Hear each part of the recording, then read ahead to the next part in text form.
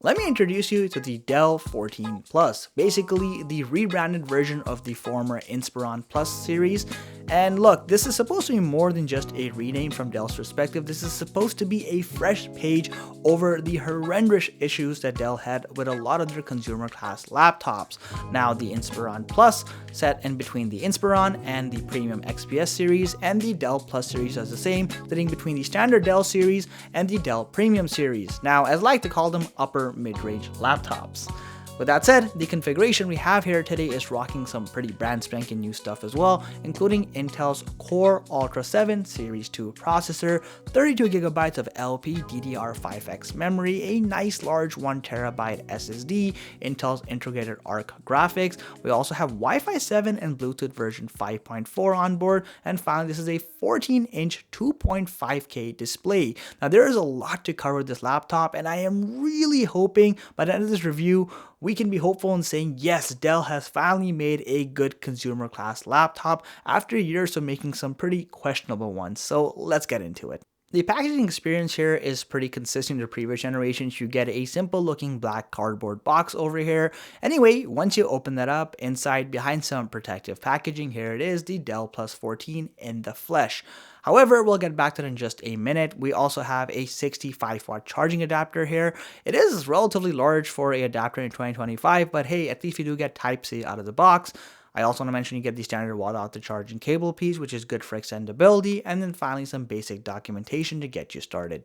The Dell 14 Plus definitely takes inspiration from its predecessor, the Inspiron Plus series. However, it's even more conservative in design now. It's more symmetrical. Some might call the design uninspiring. I actually like it. I think it's supposed to be a productivity laptop, and it definitely plays the part well. Also, I appreciate the fact that we still do get a 2/3 metallic exterior for that semi-premium finish, that iconic silver color that Dell truly has mastered. And then you do have a modest weight of about 3.4 pounds, which is not the lightest 14-inch laptop on the block, but it's still acceptable. I want to start with the top side. Like I said, you have a clean metallic exterior here. One of my favorite things is that you have a high degree of fingerprint resistance, which can't be said with a lot of the competition. That Dell logo is barely existent. It's almost like Dell wants you to almost forget about, Dell for a second and just focus on the laptop. All the I/O ports are located on either side profile of this device. So on one side you have a HDMI 2.1 port, then you have two Type-C ports, one of which has Thunderbolt 4, while the other does offer DisplayPort and power delivery functionality. On the other side you have a USB-A SuperSpeed port and a headphone jack. You don't get any sort of micro or full-size SD card reader, which really is a shame because most of the competition does offer it. Again, the I/O port diversity here is average. The bottom side of this laptop does have a plastic finish. However, you will notice you have nice large air intake vents here, which are going to be imperative in keeping the laptop cool. You'll also notice you do have these speaker grills on either corner at the bottom here. So this is a bottom firing speaker system. We will do a sound test a little bit later on. Unfolding this laptop presents you with a thin but ultimately metallic inner chassis. Now, the real thing to note here is the trackpad. It does have a decent amount of surface real estate, but it is a plastic surface finish. The good news is that the flex is not outright horrendous. However, the bad news is that it's still quite prominent. There is a little bit more tactility this year with the trackpad, but it still isn't particularly great. The keyboard is quite questionable. Things start off nice enough. I mean, you've got nice large keycaps, easy to read font, you have a built-in fingerprint sensor, but then things take a downhill turn from there. You've got a barely existent backlighting system that's almost useless basically.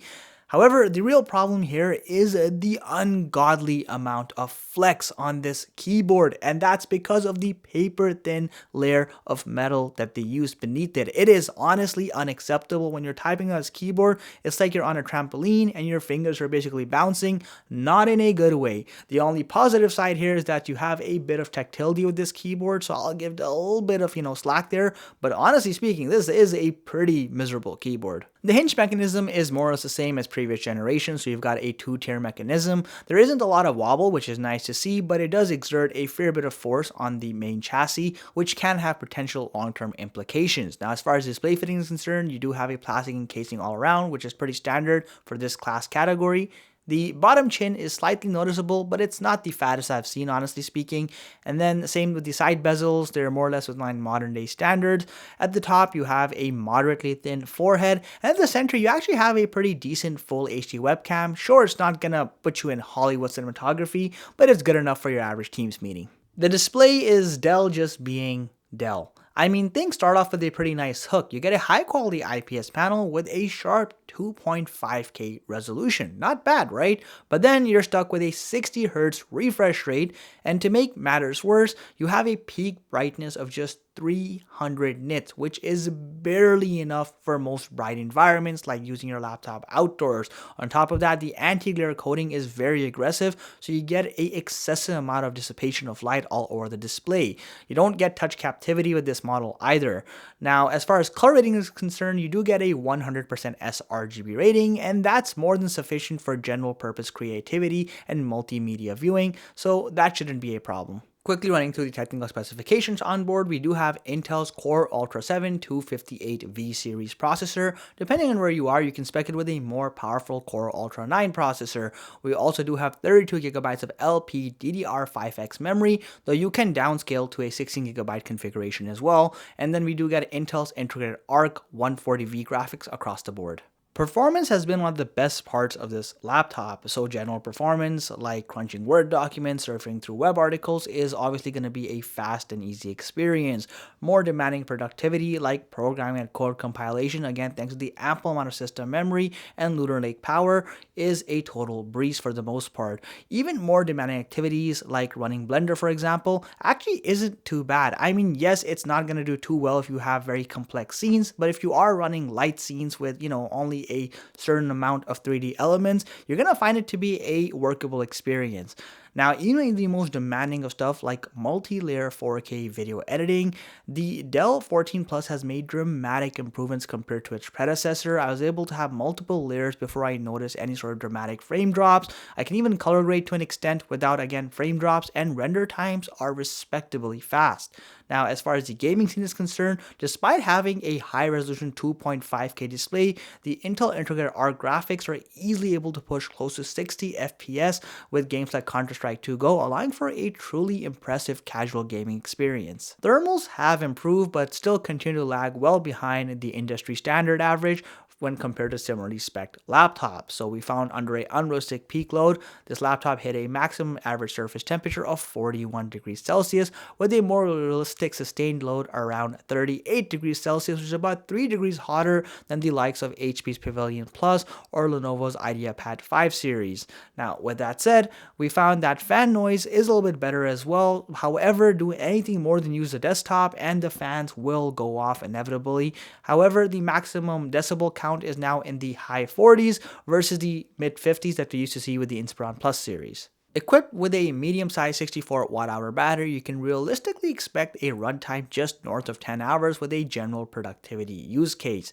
As far as the speaker quality is concerned, I was actually impressed. It's definitely above average, so you do get a decent amount of volume, and you even get a little bit of oomph with that bass equipped over here. It's not going to be as good as something like the MacBook Air or MacBook Pro, but still pretty decent. Here's a quick sound test for reference.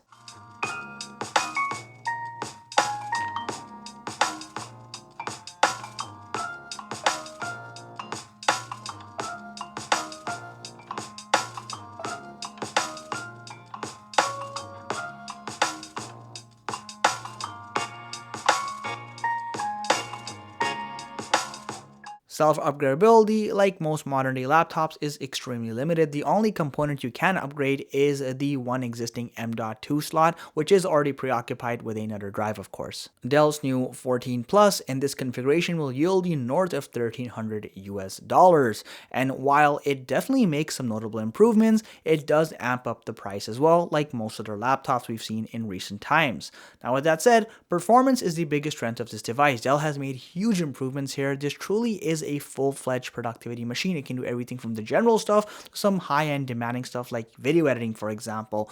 Also, I appreciate the fact that we have improved thermal, something that was entirely lacking with previous generations, though there's still work to be done.